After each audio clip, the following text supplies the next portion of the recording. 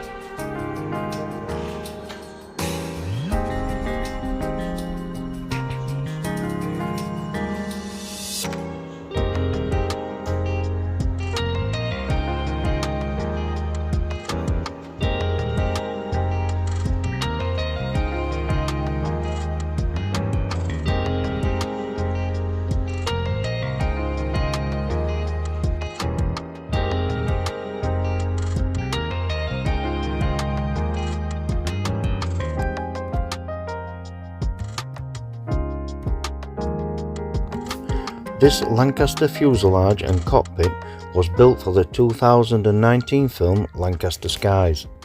It has since been fitted with a computer system delivering a 3D virtual reality flight experience. The flight experience can be booked through the museum's website.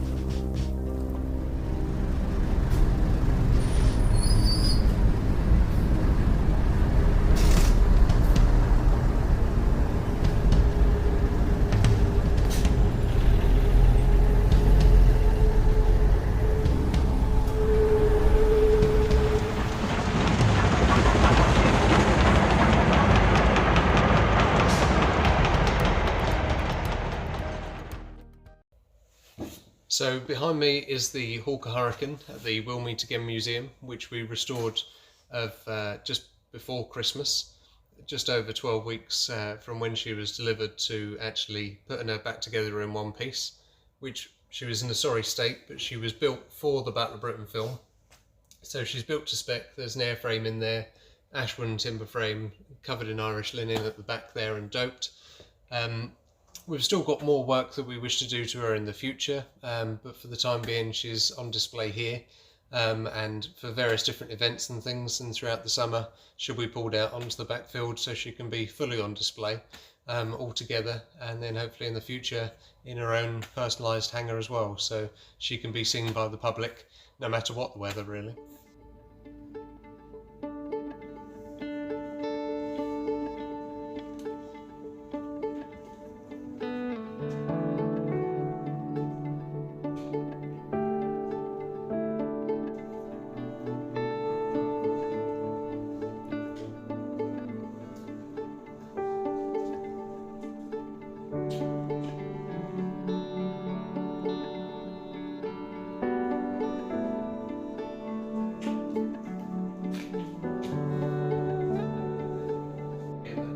As soon as I try and pick up the seat.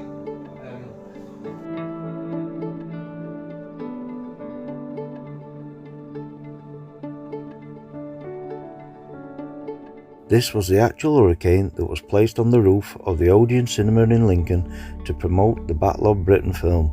It was there from December 1969 till February 1970.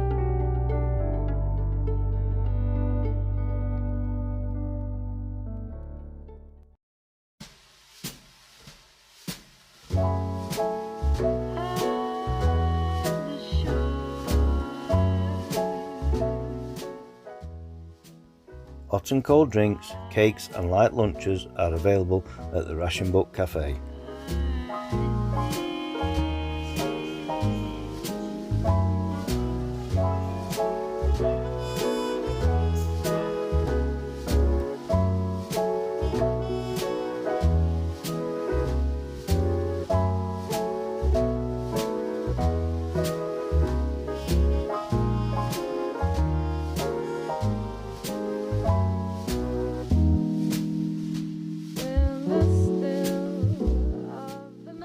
The food is excellent and reasonably priced. We definitely can vouch for the tea and scones.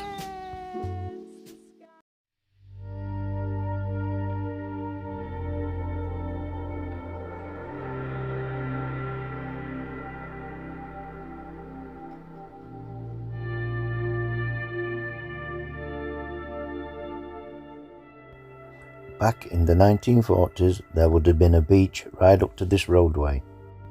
The land was reclaimed after the war by building an embankment you might just be able to make out in the far distance.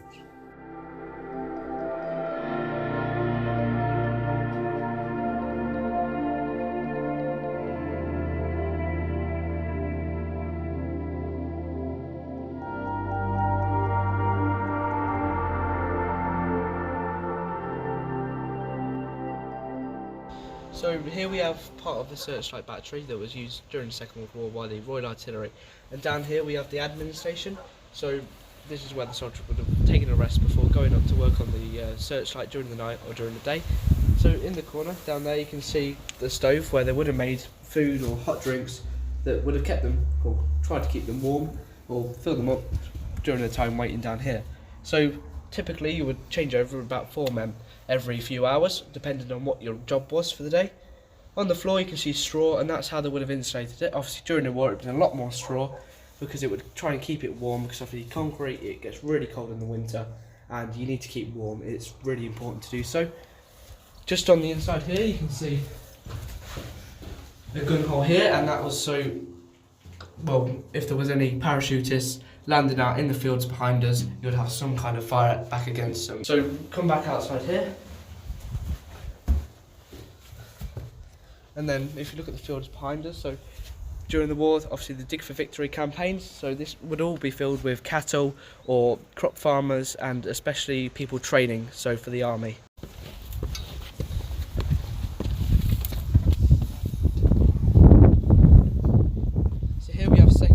searchlight. So just quickly inside, you can see the 2 rails on the floor.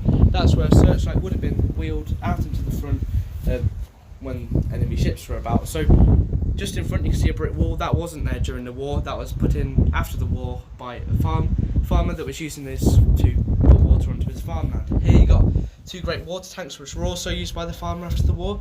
So obviously after the war they were commissioned to be destroyed, but they were built so they weren't be able to be destroyed by the enemy, so it was very hard for them to actually destroy them, so a lot of them were repurposed or removed by farmers later on.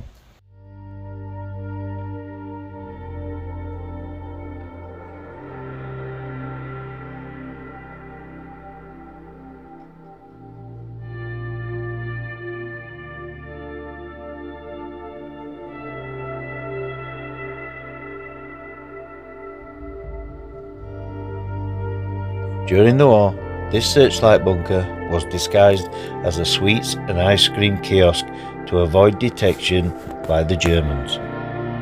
It would have had red and white shutters and advertisement hoardings.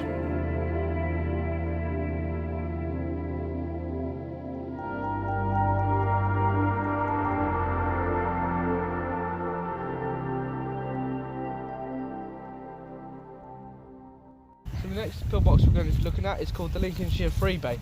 Now it's called the Lincolnshire Free Bay because it's got 3 bays and was only built in Lincolnshire. So the 3 bays were for 3 different purposes. First, you got a rifleman on one of the sides, anti-aircraft machine gun in the middle, and then on the other side a section machine gun, so it would have been a brain gun.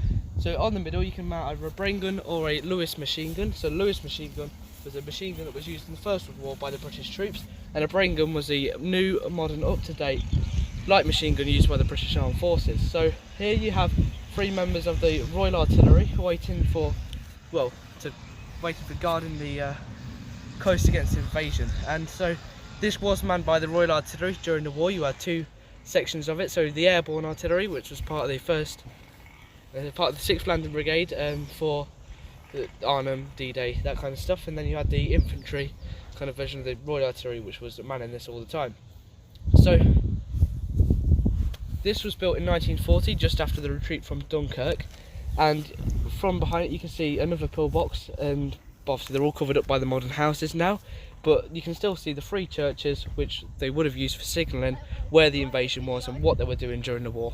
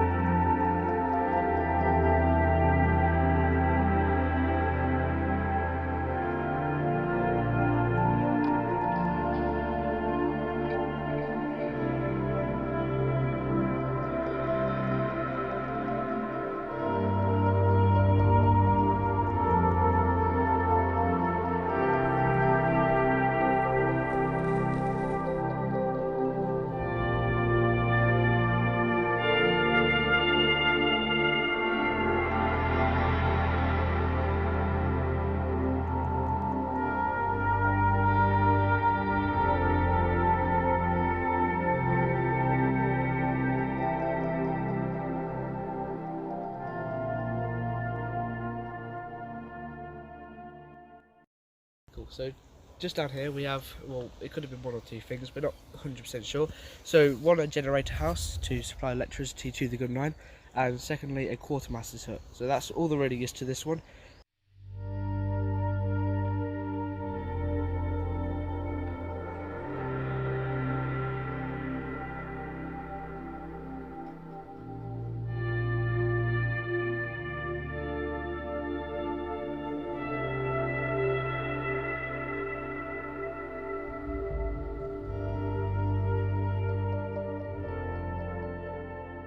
So here we have a big gun house, and there was 2 of these on the gun line. They both housed 6-inch naval guns, which were the same gun that was used on HMS Belfast. So they would have been mounted here, and they were disguised as cottages on the coastline. So they had either a thatched or tiled roof, Well, it wouldn't have been a great disguise with a big gun sticking out the front window, but oh well, the Germans aren't as clever as us. So on the inside you can see the shaping of the roof, and this was designed for one of two ways. One, to help with the design of the cottage, and secondly, so they could hang smoke nets and blankets so it captured the smoke and then release it slowly so that it wasn't too smoky in here. You can see on the actual construction of it how it was constructed.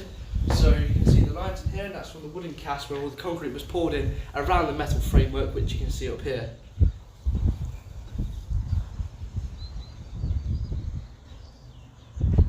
So the men who operated on these gun lines was part of the 321st Royal Artillery Battery, and it was the 64th Field Regiment Royal Artillery that were actually on this part of the gun line.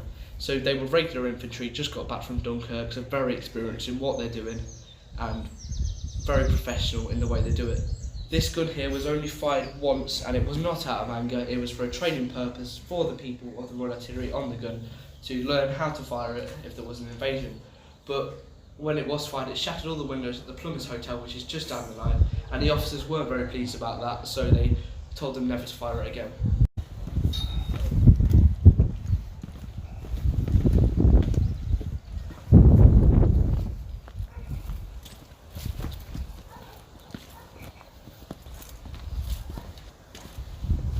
So here we have the magazine, which is where all the ammunition for the gun was kept. It was made like this to keep dry, so any explosive wouldn't get wet and then wouldn't work. So here behind us we have part of the blast wall, but also secondly as an anti-tank weapon. So these were put just around the ditches and hills for tanks to come over, they'll slam straight into the side of them, stopping them in their advance. So this window here has no glass in it, and that is how it would have been during the war, but obviously in a lot better condition. So this was because if there was an explosion inside the ammunition house, all the pressure would be diverted this way and then upwards. So this magazine has 3 different bays, and that is to keep the different parts of the ammunition separate, because if they were joined and there was a spark, then they would be scraping you off the moon because of the high explosives that was kept in here. So these guns were loaded in obviously separate parts, the charge, the casing, the powder and all that kind of stuff. So it was all put into the gun and then fired off.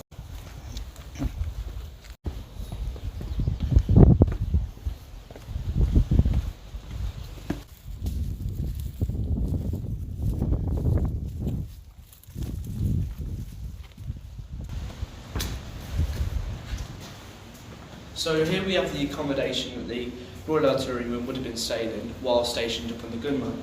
So over here you can see we have 2 beds, and these are for men that are sleeping over here and staying on the gun line. So concrete beds, not very comfy. So you would have your mattress filled with straw, it's called a pellius, and then you would have a pillow, 2 blankets, and possibly some kind of sleeping bag if you were lucky enough.